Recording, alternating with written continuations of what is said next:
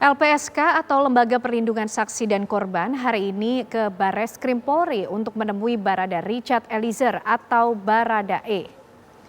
Selain menemui Baradae, LPSK datang untuk berkoordinasi dengan tim penyidik Polri terkait pengajuan Justice Collaborator Baradae dalam kasus kematian Brigadir Yosua.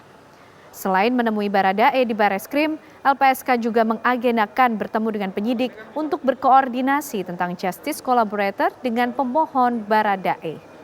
Sebelumnya, Baradae melalui kuasa hukumnya yaitu Deo Lipa dan Burhanuddin resmi mengajukan surat tertulis permohonan menjadi Justice Collaborator guna mendapatkan perlindungan dari LPSK sebagai saksi.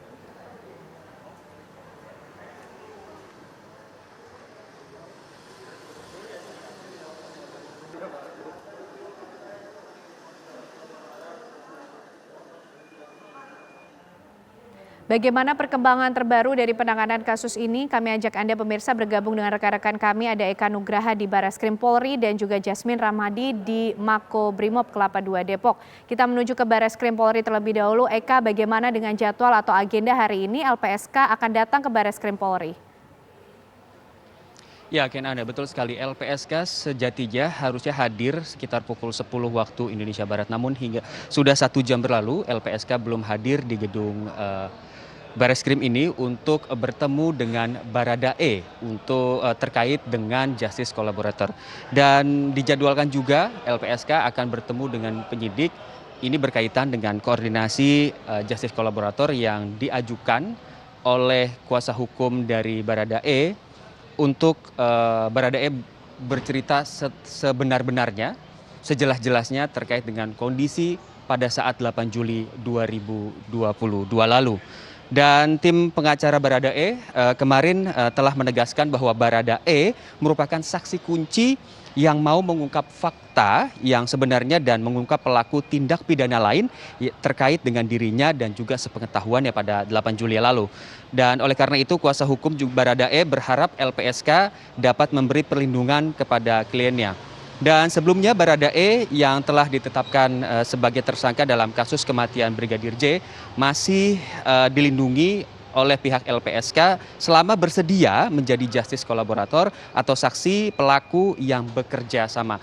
Ini juga berlaku perlindungannya terhadap keluarga ataupun orang sekitar di Baradae pada saat menjadi Justice Collaborator.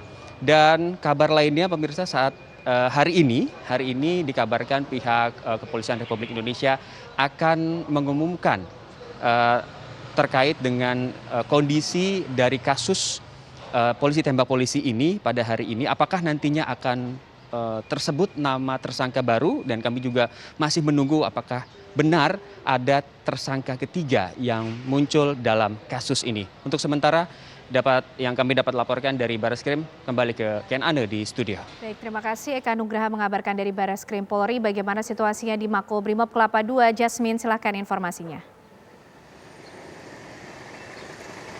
Ya, selamat siang Ken Ane dan juga pemirsa. Memang benar sekali bahwa Kadif Propam nonaktif Irjen Pol Verdi Sambo hingga kini masih ditempatkan di ruang isolasi yang berlokasi di Makobrimob Kelapa II Depok, Jawa Barat. Yang mana saat ini kami memantau situasi dari luar Makobrimob dan kami masih belum melihat adanya aktivitas khusus di sekitar Makobrimob begitu, dan kami pun belum melihat adanya rombongan ataupun pihak yang datang dan kemudian masuk ke dalam Makobrimob. Kami pun pasti belum mengetahui agenda apa yang rencananya hari ini akan digelar di Makobrimob Kelapa II. Meski demikian, memang informasi terakhir yang kami peroleh adalah kemarin tim Sus Polri ini mendatangi Makobrimob, yang mana kedatangan dari tim Sus Polri ini bermaksud untuk melakukan pemeriksaan saksi, yang mana tentunya salah satunya adalah Irjen Pol Verdi Sambo. Kemarin memang pemeriksaan saksi ini dilakukan sekitar pukul 12.20 waktu Indonesia Barat, dan tim Sus pun meninggalkan Makobrimob sekitar pukul 14.30 waktu Indonesia Barat. Dan memang menurut informasi dari Kadif Humas Polri yakni Irjen Pol Dedi Prasetyo, kemarin tim Sus datang secara lengkap mulai dari Wakapolri Komjen Gatot Edi Pramono hingga Irwasum Polri Komjen Agung Budi Marioto. Dan pemirsa, memang dapat kami informasikan bahwa penempatan dari Irjen Pol Verdi Sambo di Makobrimob ini dikarenakan memang tim gabungan Irsus ini menduga adanya pelanggaran kode etik ataupun prosedur dalam penanganan perkara di rumah dinas Verdi Sambo yang juga merupakan tempat kejadian perkara dari tewasnya Brigadir Yosua. Yang mana memang Irjen Pol Verdi Sambo ini diduga ini melakukan tidak profesionalisme begitu dalam olah TKP dengan melakukan pengambilan CCTV dan juga beberapa hal lainnya. Yang mana memang dugaan ini juga ditetapkan setelah tim Irsus ini melakukan wawancara atau meminta keterangan dari 10 orang saksi, sehingga memang Irjen Pol Verdi Sambo ini ditempatkan di